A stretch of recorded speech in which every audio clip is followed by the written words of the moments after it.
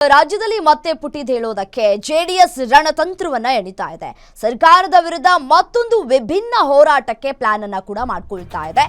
ಮೈತ್ರಿಯನ್ನೇ ಬಿಟ್ಟು ವಿಭಿನ್ನ ಪ್ರತಿಭಟನೆಗೆ ದಳಪತಿಗಳು ಸಜ್ಜನ್ನ ಹಾಕ್ತಾ ಇದ್ದಾರೆ. ಬಿಜೆಪಿಯನ್ನ ದೂರ ಇಟ್ಟು ಜೆಡಿಎಸ್ ಪ್ರತ್ಯೇಕ ಹೋರಾಟ ಮಾಡೋದಕ್ಕೆ ತೀರ್ಮಾನವನ್ನ ಕೈಗೊಳ್ತಾ ಇದೆ. ರಾಜ್ಯಾದ್ಯಂತ ಸರ್ಕಾರದ ಆಡಳಿತ ವೈಫಲ್ಯದ ಬಗ್ಗೆ ಹೋರಾಟವನ್ನ ಮಾಡೋದಕ್ಕೆ ಪ್ಲಾನ್ ಅನ್ನ ಕೂಡ ರೂಪಿಸ್ತಾ ಇದೆ. ಜನತೆಯೊಂದಿಗೆ ಜೆಡಿಎಸ್ ಎಂಬ ಟ್ಯಾಗ್ಲೈನ್ ಅಡಿ ಹೋರಾಟವನ್ನ ಮಾಡೋದಕ್ಕೆ ನಿರ್ಧಾರವನ್ನ ಕೈಗೊಳ್ತಾ ಇದೆ. ಬಿಜೆಪಿಯ ಜನಾಕ್ರೋಶ ಯಾತ್ರೆ ಮಾದರಿಯಲ್ಲಿ ಹೋರಾಟವನ್ನ ಮಾಡೋದಕ್ಕೆ ಪ್ಲಾನ್ ಮಾಡ್ತಾ ಇದೆ. ರಾಜ್ಯದ 90 ಕ್ಷೇತ್ರಗಳನ್ನ ಟಾರ್ಗೆಟ್ ಮಾಡಿರುವಂತಹ ಜೆಡಿಎಸ್ ಜೂನ್ 15ರಿಂದ ರಾಜ್ಯಾದ್ಯಂತ ಹೋರಾಟಕ್ಕೆ ನಿರ್ಧಾರವನ್ನ ಕೈಗೊಂಡಿದೆ. ಹೋರಾಟದ ನೇತೃತ್ವವನ್ನ ನಿಖಿಲ್ ಕುಮಾರಸ್ವಾಮಿ ಅವರು ವಹಿಸಿಕೊಳ್ತಾ ಇದ್ದಾರೆ.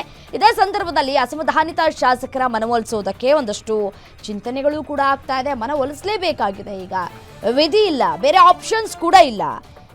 ಯಾವ ರೀತಿಯಾಗಿ ರಾಜ್ಯ ಕಾಂಗ್ರೆಸ್ ಅನ್ನ ಕಟ್ಟಿ ಹಾಕಬೇಕು, ರಾಜ್ಯ ಸರ್ಕಾರದ ವೈಫಲ್ಯಗಳನ್ನ ಜನರ ಮುಂದೆ ಯಾವ ರೀತಿಯಾಗಿ ಮುಂದೆ ಇಡಬೇಕು ಅನ್ನೋದರ ಕುರಿತು ಒಂದಷ್ಟು ಪ್ಲಾನ್ಗಳನ್ನ ಕೂಡ ಮಾಡಿಕೊಳ್ಳಲಾಗ್ತಾ ಇದೆ. ಜನತೆಯೊಂದಿಗೆ ಜೆಡಿಎಸ್ ಎಂಬ ಟ್ಯಾಗ್ಲೈನ್ ನ ಅಡಿ ಹೋರಾಟ ಮಾಡೋದಕ್ಕೆ ಸಿದ್ಧತೆಗಳು ಕೂಡ ಆಗ್ತಾ ಇದೆ. ಬಿಜೆಪಿ ಯಾವ ರೀತಿಯಾಗಿ ಜನಾಕ್ರೋಶ ಯಾತ್ರೆಯನ್ನ ಮಾಡಿತ್ತು ಅದೇ ರೀತಿಯಾಗಿ ಪ್ಲಾನ್ ಮಾಡ್ಕೊಳ್ತಾ ಇದೆ.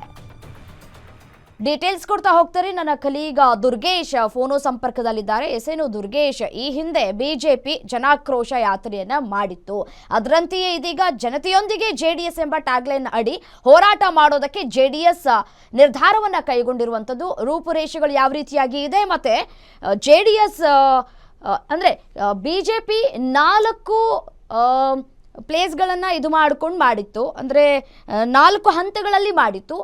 ಜೆಡಿಎಸ್ ಯಾವ ರೀತಿಯಾಗಿ ಮಾಡ್ತಾ ಇದೆ, ರೂಪುರೇಷೆಗಳು ಯಾವ ರೀತಿಯಾಗಿದೆ ಅಂತ ಹೇಳಿ. ಎಸ್ ರಮ್ಯಾ, ಏನು ರಾಜ್ಯದಲ್ಲಿ ಸಾಕಷ್ಟು ಸರ್ಕಾರದ ಆಡಳಿತ ವೈಫಲ್ಯವನ್ನ ಖಂಡಿಸಿ ಬಿಜೆಪಿ ಜನಾಕ್ರೋಶ ಕಾರ್ಯಕ್ರಮವನ್ನ ಮಾಡಿತ್ತು.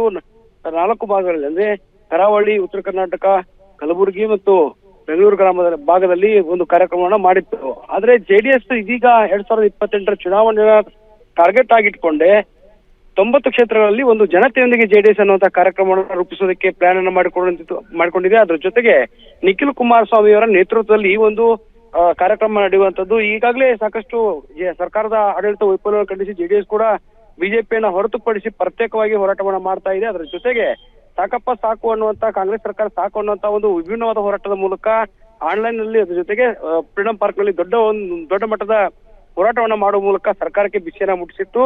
ಆ ನಿಟ್ಟಿನಲ್ಲಿ ಇವತ್ತು ಜನರೊಂದಿಗೆ ಜೆಡಿಎಸ್ ಅನ್ನುವಂತಹ ಕಾರ್ಯಕ್ರಮವನ್ನು ವಿನೂತನ ಕಾರ್ಯಕ್ರಮ ಹಾಕಿಕೊಂಡು ರಾಜ್ಯಾದ್ಯಂತ ಪ್ರವಾಸವನ್ನ ಕೈಗೊಳ್ಳೋದಕ್ಕೆ ಸಿದ್ಧತೆಯನ್ನ ಮಾಡಿಕೊಳ್ಳಲಾಗ್ತಾ ಇದೆ. ಜೂನ್ 15ರಿಂದಲೇ ಈ ಒಂದು ಉತ್ತರ ಕರ್ನಾಟಕ ಭಾಗದಿಂದಲೇ ಒಂದು ಜೆಡಿಎಸ್ ನ ಈ ಜನರೊಂದಿಗೆ ಜೆಡಿಎಸ್ ಅನ್ನುವಂತಹ ಕಾರ್ಯಕ್ರಮ ಕಾರ್ಯರೂಪಕ್ಕೆ ಬರುವಂತದ್ದು. ಈಗಾಗಲೇ ಪಕ್ಷ ಸಂಘಟನೆಗಾಗಿ ನಿಖಿಲ್ ಕುಮಾರಸ್ವಾಮಿ ಹಳೆ ಮೈಸೂರು ಭಾಗದಲ್ಲಿ ಕೆಲವೊಂದಿಷ್ಟು ಶಾಸಕರನ್ನ ಮತ್ತು ಮಾಜಿ ಶಾಸಕರನ್ನ ಭೇಟಿ ಮಾಡಿ ಒಂದು ಸಾಕಷ್ಟು ಸಮಾಲೋಚನೆ ನಡೆಸಿದ್ದಾರೆ.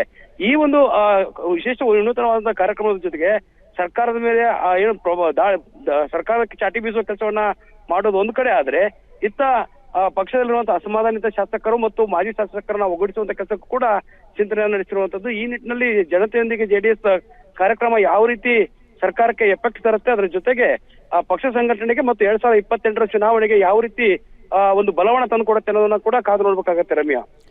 ರೈಟ್, ಥ್ಯಾಂಕ್ ಯು ತಮ್ಮೆಲ್ಲ ಮಾಹಿತಿಗಾಗಿ ದುರ್ಗೇಶ್.